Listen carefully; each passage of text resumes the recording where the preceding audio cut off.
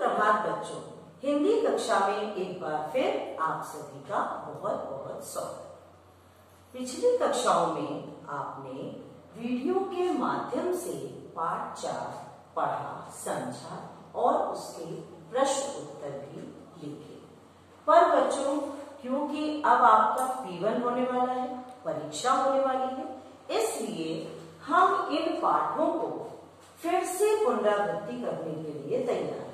कारण आपको हमने पहले भी बताया था, जब आपकी मीटिंग होती थी तब हम आपसे यही कहते थे कि बच्चों अभी आपको समस्या हो रही है, बाद में ये पाठ विस्तार से हम आपको क्लास लेकर भी समझाएंगे और इनका रिवीजन भी करेंगे, ताकि आप महत्वपूर्ण बिंदुओं पर पूरी तरह से जानकारी प्राप्त करने के लिए तत्पर रहें।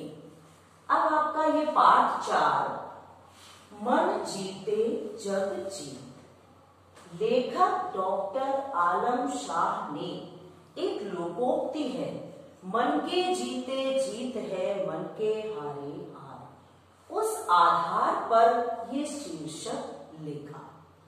इस शीर्षक को अपने पाठ में उन्होंने इस तरह से प्रयोग किया कि वो लोकोक्ति पूरी तरह से सफल प्रतीत हुई। इस पाठ के अंतर्गत क्या क्या आपने सीखा? विद्यालय के प्रांगण में 2 बच्चे शानू और अमित प्रमुख छात्र हैं, दोनों पढ़ने में बहुत अच्छे हैं। कारण क्या है उसका? कारण ये है कि शानू अमीर परिवार से आया है और अमित एक साधारण परिवार का बच्चा है। अब दोनों पढ़ने में अच्छे हैं और आप देखते हो कि क्लास में क्या होता है, फर्स्ट आने की होड़ सभी में होती है। ये प्रतिद्वंदी भाव दोनों के अंदर, शानू और अमित दोनों के अंदर व्याप्त था। लेकिन अमित जो था वो सच्चाई से, ईमानदारी से और अपनी मेहनत से, लगन से फर्स्ट आना चाहता था। क्यों आना चाहता था? क्योंकि विद्यालय में एक नियम था कि प्रथम और आने पर जो 60% अंक लेकर आएगा तो उसकी फीस भी माफ हो जाएगी और उसे पुस्तकें भी फ्री में दी जाएंगी। तो अमित क्यों प्रयास करता था? क्योंकि वो ये जानता था कि वो एक साधारण परिवार का बच्चा है।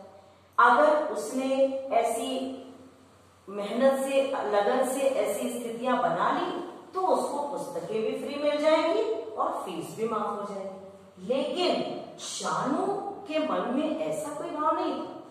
जब पहली परीक्षा, मासिक परीक्षा हुई तो अमित फर्स्ट आया। अब शानू के मन में एक प्रतिद्वंदिता का भाव घुस गया। ऐसा भाव नहीं कि हम अच्छा पढ़ेंगे, उसके अंदर क्या भाव आया कि वो छल कपट से और किसी भी रास्ते पर चलकर, शॉर्टकट से, किसी भी कमी को स्वीकारते हुए, कोई भी गलत काम करते हुए वो कक्षा में प्रथम आ गया। अब इधर क्या हुआ? गलत मार्ग पर चलकर वो फर्स्ट आ गया, इधर अमित बेचारा मेहनत करके ही पीछे रह गया। तो जब बात आई शुल्क देने की और पुस्तकें देने की, तो अब अमित तो पीछे रह गया था। उसके मार्क्स 60% आए ही नहीं थे, तो वो उससे वंचित हो गया। और शानू को इसकी आवश्यकता भी नहीं थी, क्योंकि वो अच्छे घर का बच्चा था। पर पता नहीं कहां से उसके मन में ये भाव आया कि ये भावना अच्छी नहीं थी। क्योंकि जब हम किसी के साथ छल कपट करते हैं, गलत करते हैं, तो हमारा ही मन हमको टोकता है। अब आपने इस पाठ में ये देखा कि शानू और अमित दोनों अव्वल पढ़ाई में, लेकिन अमित मेहनत के बल पर और शानू हर तरह से, उसके अंदर एक ये भाव था कि वो बड़े घर का है, अमीर है और उसको तो बिल्कुल फर्स्ट आना ही, उसको कहीं से भी पीछे नहीं रहना। उसको क्या था कि हम नंबर 1 है और हम नंबर 1 रहेंगे। लेकिन अमित के मन में ऐसा कोई भाव नहीं था। बच्चों, आपने देखा होगा विद्यालय में कि कई बार क्या होता है, कुछ बच्चे अच्छे बच्चों की कॉपियां छिपा देते हैं, उसके पेज फाड़ देते हैं। क्यों फर्स्ट ना आए? होता है ना ऐसा, आपने देखा होगा आपके क्लास में कई बार किसी अच्छे बच्चे की पेपर आने वाले होते हैं, कॉपी खो जाती है, किसी अच्छे बच्चे की कॉपी के पेज फट जाते हैं। ये कारण क्या होता है? ये एक होड़ है, ये एक प्रतिद्वंदिता है जो छात्र जीवन में बहुत, आज के वातावरण में बहुत अधिक निर्मित हो रही है। और हमारे लेखक ने हमें यही तो बताने का प्रयास किया है कि अगर हम मन से आत्मविश्वासी हैं, हमारा मन सच्चा है, हम मन से किसी काम को करते हैं, अगर हम ये सोचकर पढ़ते हैं कि हमारी आत्मा, हमारा मन स्वच्छ है, दर्पण की तरह, हम परिश्रम करेंगे, हम मेहनत करेंगे और आगे बढ़ जाएंगे, तो बहुत सही है। लेकिन हम ये सोच रहे कि अरे हमसे ये आगे निकल गया, ये तो, इसको तो फर्स्ट आना ही नहीं, मैं इतना अमीर हूं, मैं इतना बड़े घर का हूं, मुझे तो फर्स्ट आना है। अब ये भाव गलत काम करने पर, छल कपट करने पर, गलत रास्ते पर चलने पर मजबूर कर देता है। तो ये भावना गलत है। पर लेखक ने अंत बहुत अच्छा दिया। इस पाठ में दोनों छात्रों के जीवन के कटु और अच्छे अनुभवों को तो बताया, साथ में उन्होंने हमें ये समझाया कि अंत में क्या होता है। अमित अपनी भावना से इतना ग्लानि महसूस करता है, उसने जो भी कर्म किया उससे वो ग्लानि हुई, और उस ग्लानि के कारण, उस पश्चाताप के कारण वो क्या करता है, अमित की परेशानियों को समझकर शानू उसकी फीस जमा करता है, और वो ये सोचता है कि यही शायद उसका बहुत बड़ा पश्चाताप होगा अगर वह अमित के लिए कुछ अच्छा सोचेगा। और अंत, इस पाठ का अंत इसी पश्चाताप की भावना के साथ समाप्त होता है। तो लेखक ने हमें दो चीजें बहुत अच्छी सिखाई।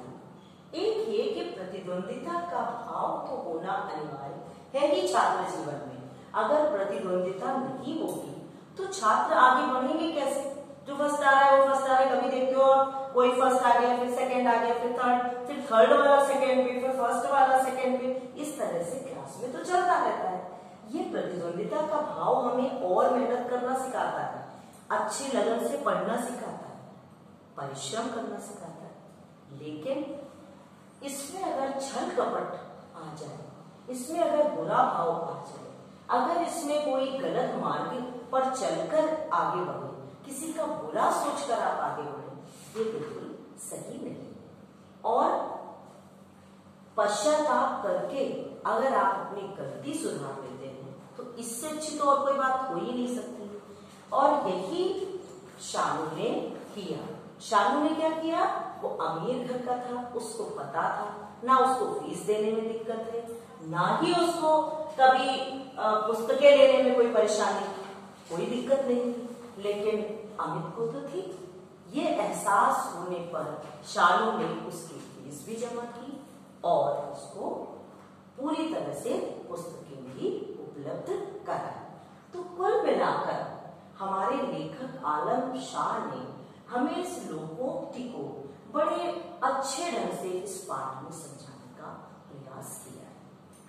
बच्चों, एक चीज और हमें याद आती है कि मन में अगर विश्वास हो तो हम बहुत कुछ कर सकते हैं। आपको हम एक छोटी सी कथा सुनाते हैं, लोक कथा, जो हमें ये समझाती है कि मन अगर हमारा मजबूत है, सबल है, तो हम हार नहीं सकते। आपको याद होगा कि महाभारत में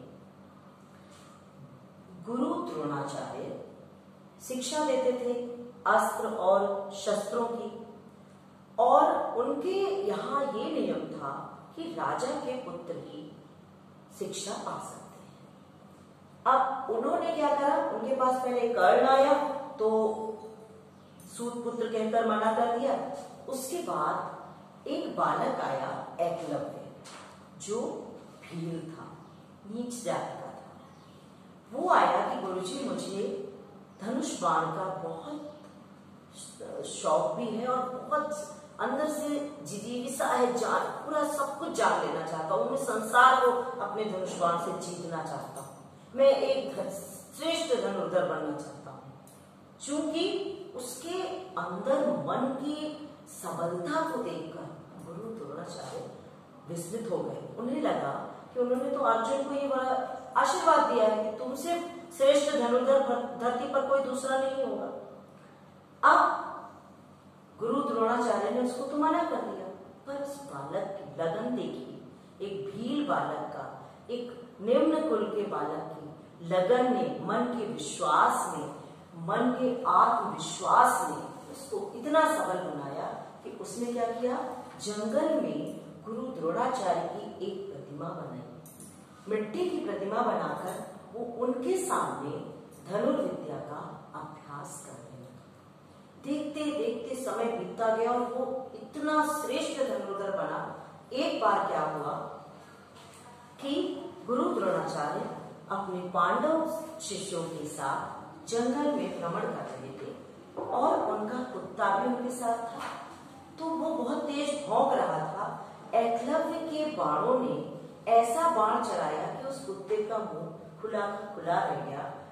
मारा नहीं, पर ऐसे बाण से उसका मुंह खोल दिया कि उसने भौंकना बंद कर दिया। अब गुरु द्रोणाचार्य पहुंचे वहां तो देखा कि उनकी प्रतिमा के सम्मुख वो बालक, कोल बालक, भील बालक प्रयास कर रहा है धनुर्विद्या सीखने का और पारंगत भी हो गया, क्योंकि उसके मन में जो लगन थी उसने मन को जीत लिया था और इसलिए उसको कोई हरा नहीं पाया। तो द्रोणाचार्य को लगा कि ये तो अर्जुन से भी श्रेष्ठ धनुर्धर बन गया। उन्होंने कहा कि तुमने मुझे गुरु मानकर अगर ये शिक्षा प्राप्त की है तो मैं तुमसे गुरु दक्षिणा लूंगा। और उन्होंने उसके दाहिने हाथ का अंगूठा उससे गुरु दक्षिणा के रूप में ले लिया। श्रेष्ठ धनुर्धर तो बना एकलव्य बच्चों, लेकिन वो अर्जुन की समानता नहीं कर सका। लेकिन उसका आज भी उदाहरण हमारे सामने प्रस्तुत होता है कि मन को जीतने वाले सब कुछ करने में सफल है, सब कुछ सीखने में सफल है। मुझे पूरी आशा है, मुझे पूरी उम्मीद है कि आपने इस पाठ को बहुत अच्छे से समझ लिया होगा, जान लिया होगा कि ये लेखक हमें क्या समझाना चाहता है। शानु और अमित के माध्यम से, इन पात्रों के माध्यम से छात्र जीवन की जो झांकी प्रस्तुत की है लेखक ने, वो आपने बहुत अच्छे से समझ ली है, जान ली है और मुझे पूरी उम्मीद है कि आपको ये पाठ अच्छी तरह से समझ में आ गया। धन्यवाद।